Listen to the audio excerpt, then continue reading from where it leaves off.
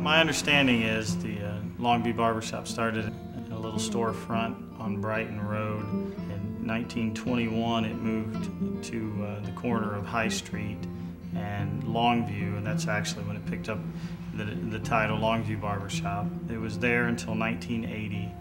And along the line, Jim Pack owned it for 37 years. There was a gentleman named Bill Morgan that owned it after the original owner, which was Tom Pletcher. It's been on this block for 85 years, which according to the information that the Clintonville Historical Society gave me, makes it the longest operating business in Clintonville.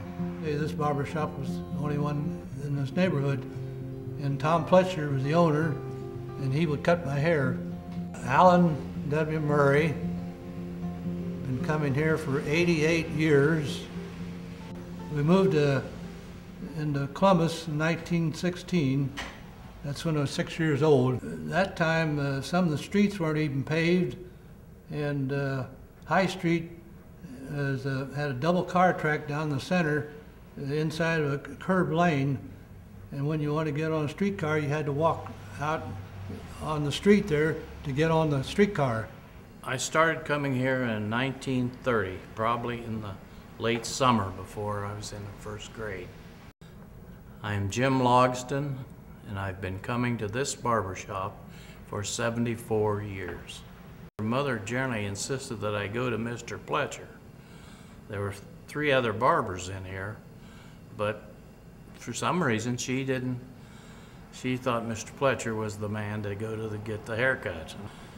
All I can remember is bringing a paper in, he'd give me a nickel, the Saturday Evening Post, and he'd give me a nickel, and the guys would all come over and take a look at the cover and look to see if that earthworm tractor story was in there. And that'd be it. I was pretty little, I was 6 or 7 years old at that time, and I did that till I was probably 10. So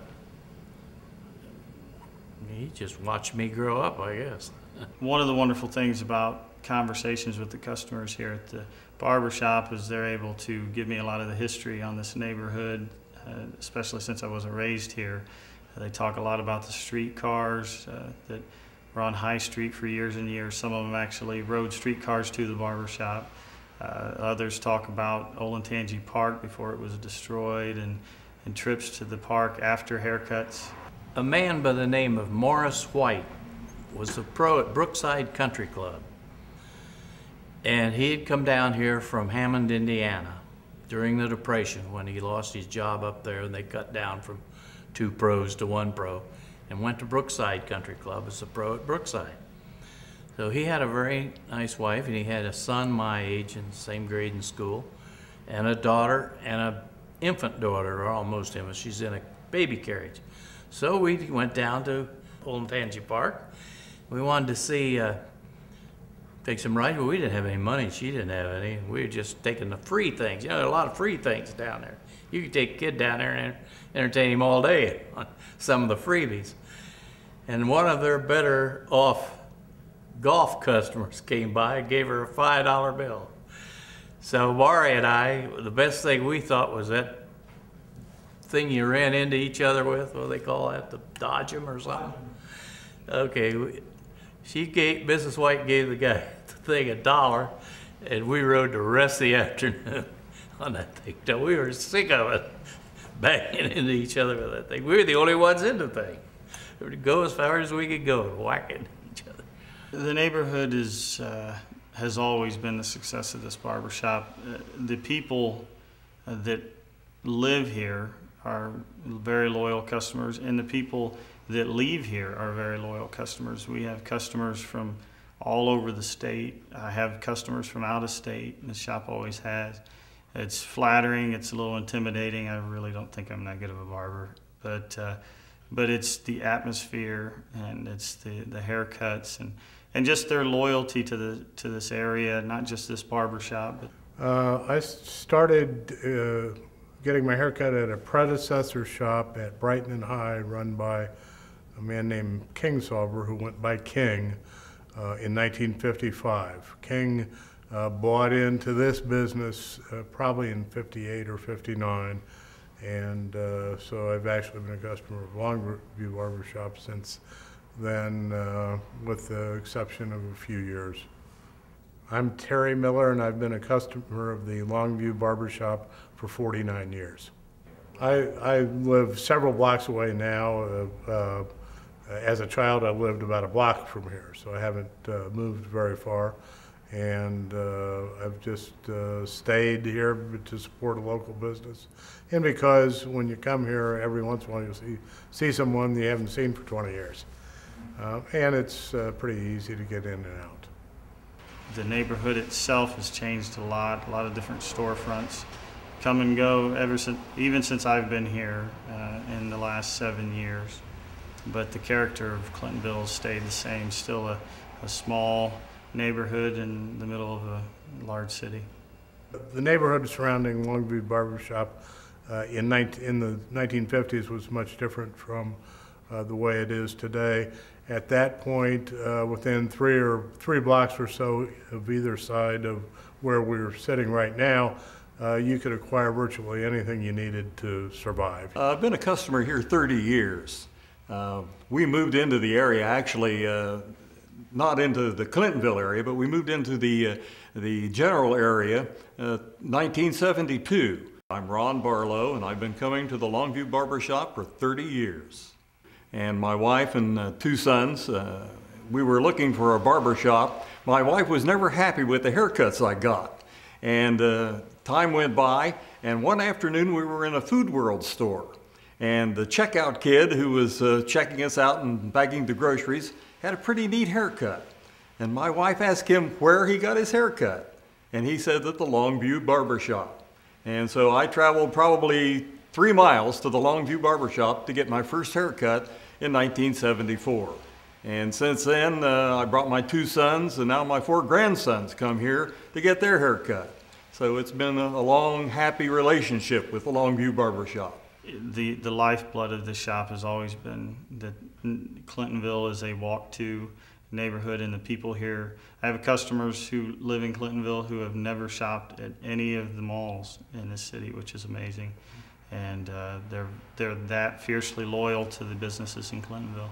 I've been a Clintonville resident for almost the entirety of my life, and I always try to obtain goods and services in this community if at all possible. I just think it's a good idea.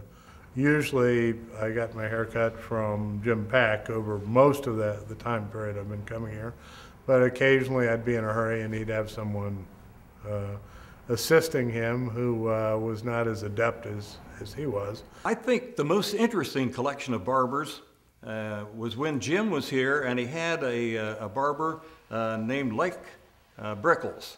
And Jim was a guitar picker, and Lake was a champion fiddler with a bluegrass band.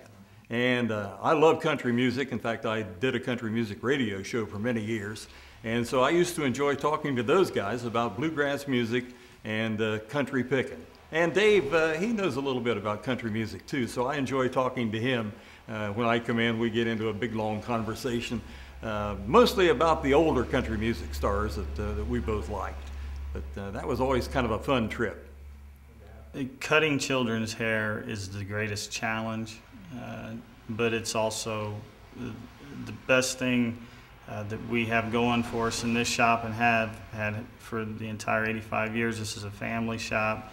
My son has come in for most of his life to Longview Barbershop. I believe he had his first ever haircut here. He's 24 years old now and is still a customer. I've probably had at least, I'm going to say, maybe 100 haircuts here. My name is Tim Miller, and I've been coming to Longview Barbershop for about 24 years. If you're able to get a child for their first haircut, you're going to have that customer for at least until high school if you do your job. There were a lot of Waterston kids that came here for their haircuts.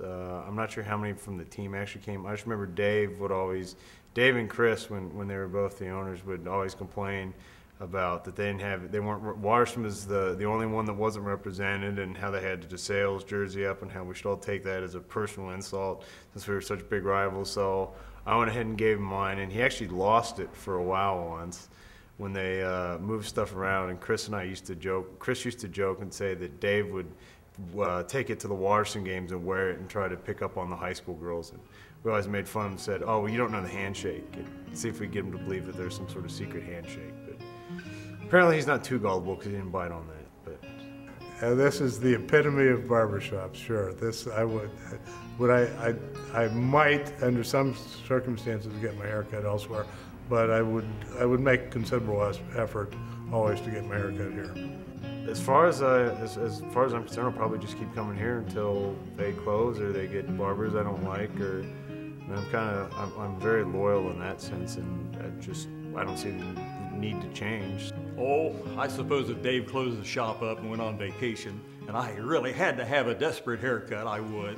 But I like the place, and certainly like the friendship and the camaraderie that we enjoy here. You know, there used to be several choices of barbers. Fry's had one at Oakland Park right off of High Street, and I was a clerk in a store at Rank's drugstore there at Oakland Park and High Street. So I could have gone to Mr. Fry's. He was a customer of Rank's for his lunches. But some reason I just kept coming back here. It's a habit more than anything. I just hate to start another place, and I might like it, might not, but I've been accustomed to coming here, and I just come back. Everyone that comes in here has such a unique personality. It's one of the challenges of the jobs to adapt, 20, 30, sometimes 40 times a day, different people, different personalities, different cuts, different expectations. You win some, you lose some, but that is the challenge of the job. That's what I enjoy most of all.